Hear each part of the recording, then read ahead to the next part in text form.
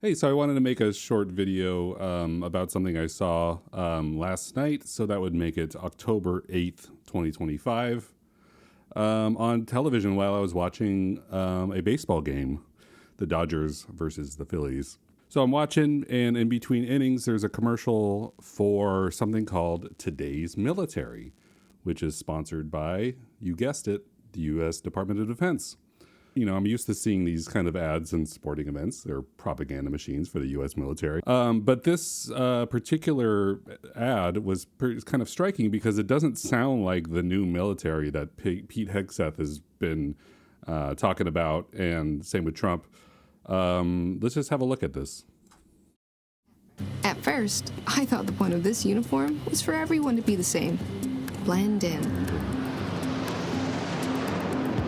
But I wanted a future where I could stand out, where I could be part of a team, without losing who I am. It's, nice to point out that the person that they, chose for this commercial is a female and, white lady. It's a little bit different than what they've been talking about with this, the macho standards and whatnot. Let's continue. And have the chance to explore new opportunities. Okay. While keeping the part that makes me, well, me. Well, she wants to be her. That's important. From what I can tell, she is a nature-loving woman who has at least one person of color as a friend, and they go biking together. That's pretty nice and normal. Today, I'm an even better version of myself, and I know the best is yet to come. And we noticed that, they're the bit of multiculturalism at the end here, showing, a couple people of color as her dining partners. Not unusual at all, but it's pretty well in keeping with the way that these commercials used to be, which is very inclusive, very like, we're here for you to be you. And also, I noticed at the bottom, it's paid for by the Department of Defense, which I thought they were the Department of War. The point of this is that they're not really aligning internally on what they're even trying to accomplish, because we have some Pete Hegseth footage that I pulled up from that just wonderful speech he gave to the generals. So let's have a look at what he's saying about the state of the U.S. military and its members. From this moment forward, the only mission of the newly restored Department of War is this: warfighting. Warfighting. Preparing for war and preparing to win. That ad, the Today's Military ad, does not mention the word war one time. Foolish and reckless political leaders set the wrong compass heading, and we lost our way. I think that's what everyone likes to hear when they're an accomplished leader being lectured by someone who has never achieved their rank, is that they've lost their way. I mean, these guys have been in the military for decades. They're a part of the thing that he's railing against, and he's acting like he's doing them a favor by criticizing them. We became the woke department. Woke department. I think he would look at that ad and say that was woke. But not anymore. Not anymore. This administration has done a great deal from day one to remove the social justice, politically correct, and toxic ideological garbage that had it's garbage. It's garbage to have politically correct wokeness. Infected our department. It infected it. It's like a disease now. Ooh, it's getting even worse, as he describes it. No more identity months. No more identity months. It's kind of funny because the title of that ad is Identity. I looked it up on YouTube. That Today's Military ad is called Identity.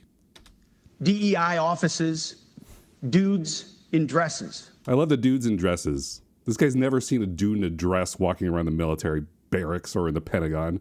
What is he just making things like, yeah, Klinger from MASH wore a dress. You remember that, and you're like, oh, that's a thing that happened. No more division, distraction, or gender delusions. No more debris. We are done with that shit. Standards must be uniform, gender neutral, and high. High, yeah. If not, they're not standards. They're just suggestions. So the lady in the commercial should be aware that what she's signing up for is completely gender neutral, and her identity as a woman will not be factored into any of her profession. Today, at my direction, Each service will ensure that every requirement for every combat MOS, for every designated combat arms position, returns to the highest male standard only. I mean, I get that as he's talking about combat, which is, not the entirety of the military.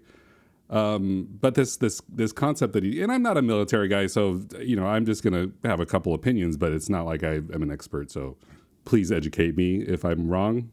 But yeah, I mean, he's basically, this is like the fireman thing. Like, you got to be able to pick up a 300-pound man over your shoulder and carry him around. And that's really what he's talking about. Just physical brute strength, which I have, but I would be a horrible military person. So I don't know if that's the standard you want. And we're not talking like hot yoga and stretching. Hot yoga and stretching is probably really good exercise for these people. They probably need it. Real hard PT, either as a unit or as an individual. I've done yoga and I've done weightlifting, and I think yoga's harder. Grooming standards. No more beards. No more beards. Long hair. Long hair. Oh, women, cut that hair. I know you're going to be exempt from this because this is all meaningless, but you shouldn't have long hair. Superficial individual expression. Superficial individual expression. That's superficial, and it does not belong in the military, which has an ad called Identity talking about how I can be me while also being part of the team. We're going to cut our hair, shave our beards, and adhere to standards. Shave your pubes too? Vagina? Upholding and demanding high standards is not toxic. It is when the commander-in-chief does not meet any of the standards. When your boss doesn't meet the standards they're holding you up to, that is toxic. It's not even an argument. Enforcing high standards, not toxic leadership. If women can make it, excellent. Great. If not, it is what it is. It is what it is. That's a really solid analysis. If that means no women qualify for some combat jobs, so be it. Yeah, I mean, he's basically just talking about that. You got to be able to lift your buddy over your shoulder thing, which, I don't know, maybe there's something to that. But honestly, aren't we getting a little bit beyond just like lifting people up and like carrying them around? I mean, spend quadrillions of dollars on the military every year, giving them the best equipment and the most advanced tech. They're probably not going to be needing this concept much longer. So the point I'm trying to make by showing you this is that the Department of Defense, which is now called the Department of War, which has not made it into the advertisements that they are currently paying to air on, HBO Max and TBS, they're not internally aligned on what they're trying to do.